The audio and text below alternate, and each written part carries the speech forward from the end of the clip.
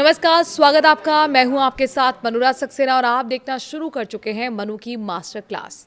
तो आज की कहानी टीएमसी की है, जो एक समय पश्चिम बंगाल पर राज करती थी, लेकिन अब उसके अंदर लगातार विकेट गिर रहे हैं। ममता दीदी की पार्टी में बगावत की आग इतनी तेज हो गई है कि पुराने वफादार भी अब तेवर दिखा रहे हैं।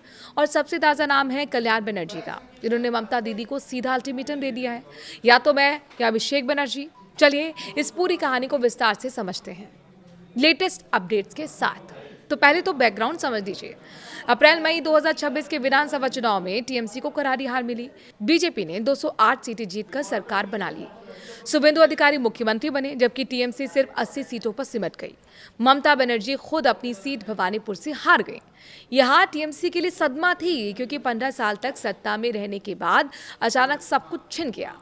लेकिन हार के बाद जो हुआ वो और भी चौंकाने वाला है। पार्टी के अंदर बगावत फूट पड़ी। विधायकों और सांसदों की लाइन लग गई है, जो विद्रोह कर रहे हैं। विधानसभा में तो करीब 58 से 60 टीएमसी विधायक बागी हो चुके हैं। उन्होंने अपनी अलग लीडर ऑफ अपोजिशन चुन लिया है और फोर्स सिग्नेचर वाले मामले में भी आरोप लगाए गए।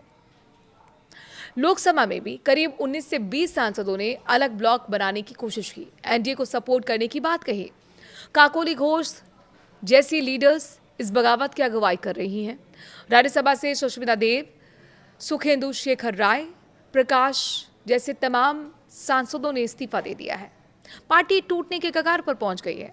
कई नेता बीजेपी की तरफ इशारा कर रहे हैं। कुछ नई पार्टी बनाने की बात भी चल रही है। इस बीच आता है कल्याण बनर्जी का बयान। कल्याण बनर्जी टीएमसी के वरिष्ठ सांसद हैं और ममता दीदी के लंबे समय से वफादार रहे हैं, यानी कि एक सिपा सलाहकार के तौर पर उनकी एक भूमिका लंबे समय तक रही। वो वकील भी हैं। 45 साल का उनके पास वकालत का और राजनीति का अनुभव है। उन्होंने अभिषेक बनर्जी पर खुलकर हमला बोल दिया है। कहा कि अभिषेक की घमंडी अंदाज वाली लीडरशिप की वजह से पार्टी का ये हाल हुआ है। वो खुद को राजा समझता है कि मार्क स्ट्रीट का बॉस तो बन गया, लेकिन पश्चिम बंगाल का नहीं। कल्याण जी ने तो यहां तक कह दिया कि मैं अभिषेक का कर्मचारी नहीं हूं। अब मुख्य वजह क्या बनी ये समझिए।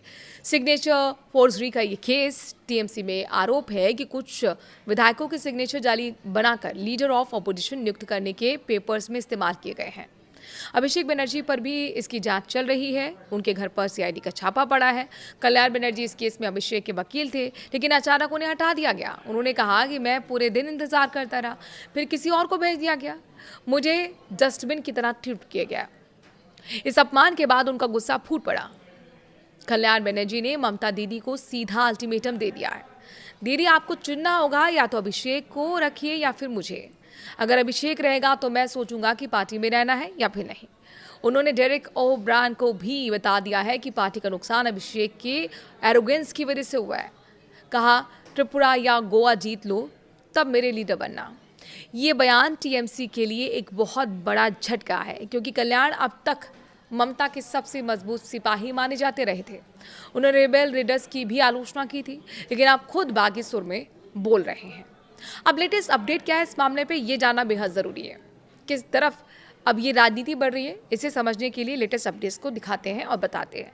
अभिषेक बनर्जी ने शांत रहते हुए जवाब दिया, कल्याण दा मेरे से बड़े हैं, बचपन से देखा है, उन्हें अपनी बात कहने का अधिकार है। मैं उनके खिलाफ कुछ नहीं बोलूँगा। ममता दीदी अभी चुप हैं, लेकिन पार्टी के अंदर तनाव चरम पर है। कुछ नेता जैसे शत्रुघ्न सिन्हा या प्रतिमा मंडल अभी भी ममता के साथ खड़े हुए हैं, लेकिन बगावत रुक नहीं रही है। ये सिर्फ व्यक्तिगत झगड़ा नहीं है, टीएमसी की पूरी संरचना हिल रही है। डायमंड हार्बर मॉडल यानी कि अभिषेक वाली लीडरशिप पर सवाल उठ रहे हैं। ममता मॉडल से शिफ्ट होने का आरोप है। पार्टी में अब सवाल ये है कि ममता दीदी इस आग को कैसे बुझाएंगी। क्या अभिषेक को दूर रखेंगी या कल्याण जैसे पुराने साथियों को खो देंगी? क्या पार्टी स्प्लिट हो जाएगी? कई सांसद विधायक के बीजेपी या दूसरी तरफ जाने की अटकलें भी तेज हैं। पश्चिम बंगाल की सियासत अब नई मोड़ ले रही है। बीजेपी की सरकार चल रही है, टीएमसी विपक्ष में है, लेकिन खुद में टूट रही है। ममता दीदी सड़क पर लड़ाई की बात कह रही हैं, लेकिन अंदरूनी कलह उन्हें कमजोर कर रही है। कल्याण बनर्जी का ये तेवर दिखाता है कि अब सिर्फ रिबेल्स नहीं, पुराने गार्ड्स भी असंतुष्ट हैं। आपको क्या लगता है, क्या टीएमसी बच पाएगी या ये शुरुआत है बड़े टूटने की? कमेंट में अपनी राय जरूर बताइए।